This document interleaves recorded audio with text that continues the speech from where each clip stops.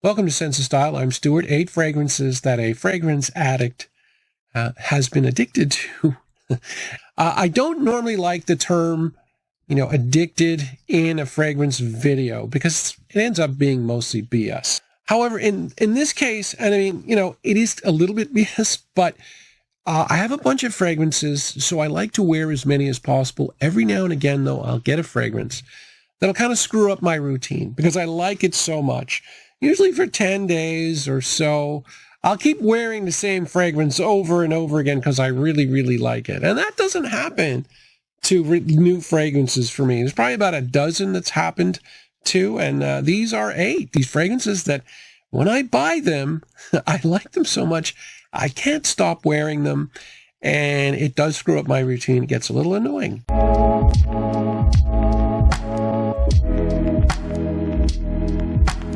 Fragrance number 1, and this is the biggest culprit by far. This is Eros Flame, and it has a combination. I really like it, I guess, of mandarin and lemon. It's very fruity. It's got a lot of vanilla as well, some black pepper, but it's the fruity sweetness combination that I really like.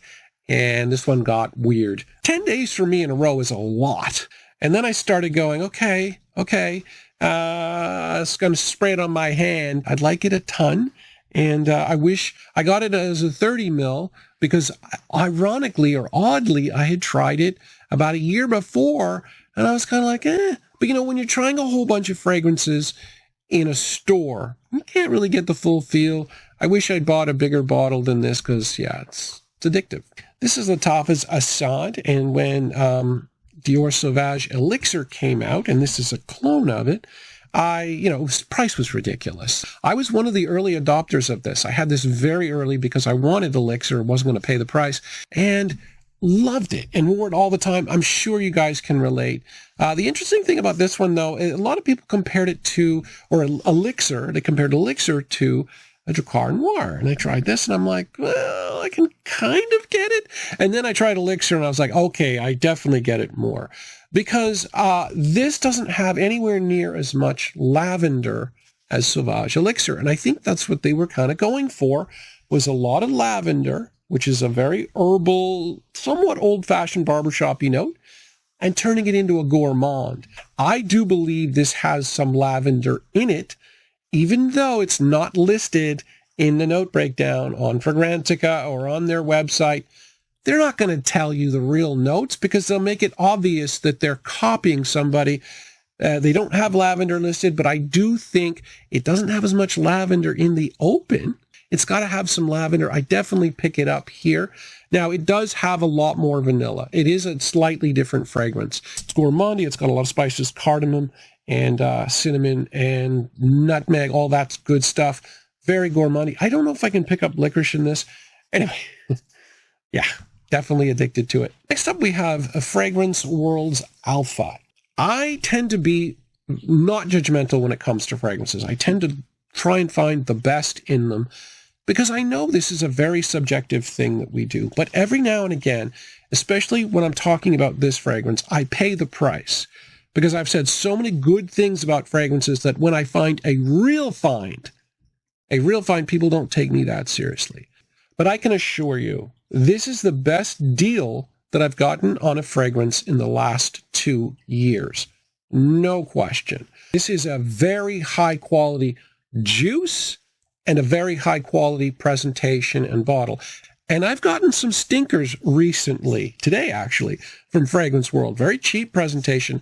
This is not that. This is less than $30. This is less than a lot of the fragrances from Fragrance World. This is easily the best that I have. The reason this one is not hyped is because it is a clone of a fragrance that is not that popular. It's Ebène Fumé by Tom Ford. Do I think you should all go out and buy $300 worth of Ebène Fumé? No, I do not. But $28 of this is a hell of a buy.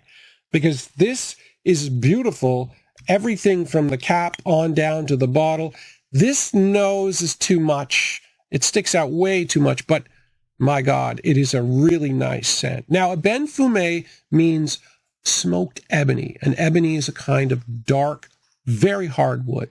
And there's incense in the note breakdown and Gaiac wood as well. So you're thinking, oh, very smoky.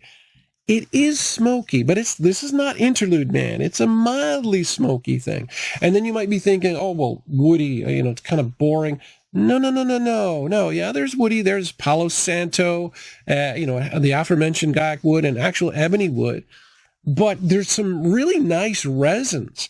So there's a mild sweetness of the resins mixturing with some woodiness and a little bit of incense, making a beautiful scent, completely under the radar. This is Salvatore Ferragamo's F Black, and this was an early addiction. And this was a fragrance I only had about 6 or 7, and I really liked this, and I wore this into the ground. It's a good cheapie. It's a really good cheapie. It is a vanilla lavender mix, very powdery, and then there's some black pepper. It's a little masculine, but it's too powdery to be really masculine, but I really liked it. And I even thought it smelled like La Nuit de l'Homme, which inexperienced people seemed to think at the time, and I was wrong, but it's still good. Next up, we have Tom Ford's Black Orchid. And to enjoy this fragrance and to become addicted to it like I did, you require 2 things, basically. You need to be okay with unisex fragrances, and you need to like dark fragrances. And even though I'm okay with unisex fragrances, I tried this for the first time. I sampled it, and I was like, no way. Now, I love the rich, dark part of it, which was chocolate, patchouli, and truffles. Very rich, very dark. But it just seemed to me to be a little bit too feminine. The orchid note here is kind of feminine. The darkness covers it up a bit. I thought, okay, I'll just buy a travel spray. And then I went through a travel spray in a month, which is the fastest time I've ever gone through one. And then I decided to order this other decant just so I have some around. And as you can see, that's almost gone. So I really like it. But yeah, it is not for everybody.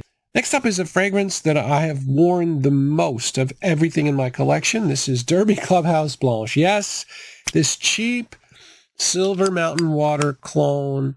And I'm still addicted to this, or this DNA. This is a very cheap fragrance.